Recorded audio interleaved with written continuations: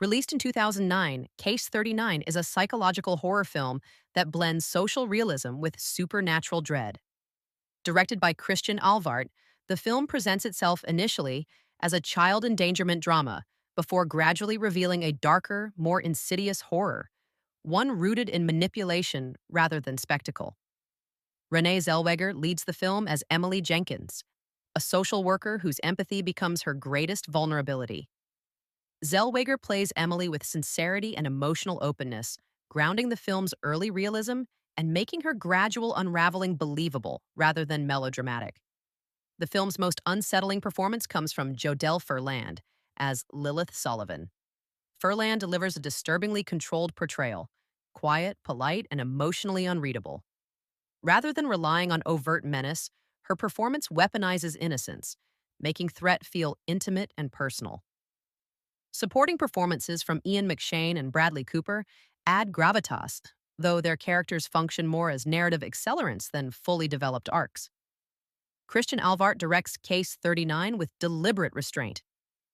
The horror unfolds slowly, relying on atmosphere, implication, and psychological intrusion rather than constant shocks. The film frequently places the audience in Emily's perspective, allowing dread to emerge through uncertainty rather than revelation. Visually, the film adopts a cold, desaturated palette, clinical interiors, suburban normality, and institutional spaces that feel safe on the surface but emotionally sterile underneath. When supernatural elements surface, they do so abruptly, puncturing the film's grounded tone with moments of surreal cruelty.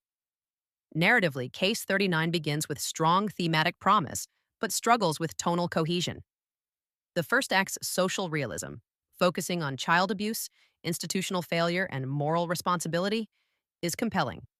However, once the film commits fully to supernatural explanation, much of its earlier ambiguity dissolves.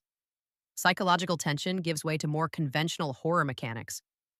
Certain narrative turns rely heavily on shock sequences rather than character-driven escalation, and the mythology surrounding Lilith remains intentionally vague, intriguing in concept, but underdeveloped in execution. Where the film could have improved. Maintaining ambiguity longer could have strengthened the film's impact. Allowing the audience to question whether Lilith is supernatural or psychologically manipulative would have preserved tension and thematic depth. Additionally, deeper exploration of Emily's internal conflict, particularly her savior complex, could have transformed the story into a sharper critique of misplaced empathy. For viewers drawn to slow-burn psychological horror, Case 39 offers several genuinely unsettling moments, particularly those involving intimate fear and emotional betrayal. For genre audiences expecting consistent supernatural escalation, the film may feel uneven. Its strongest ideas introduced early, then resolved too neatly. Its horror is more effective in isolation than as a sustained narrative. Film rating 6 out of 10.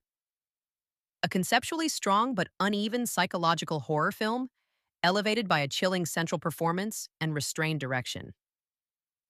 Final thoughts. Case 39, 2009, is most effective when it explores the danger of unquestioned compassion. It suggests that evil doesn't always announce itself with violence. Sometimes it waits to be invited in.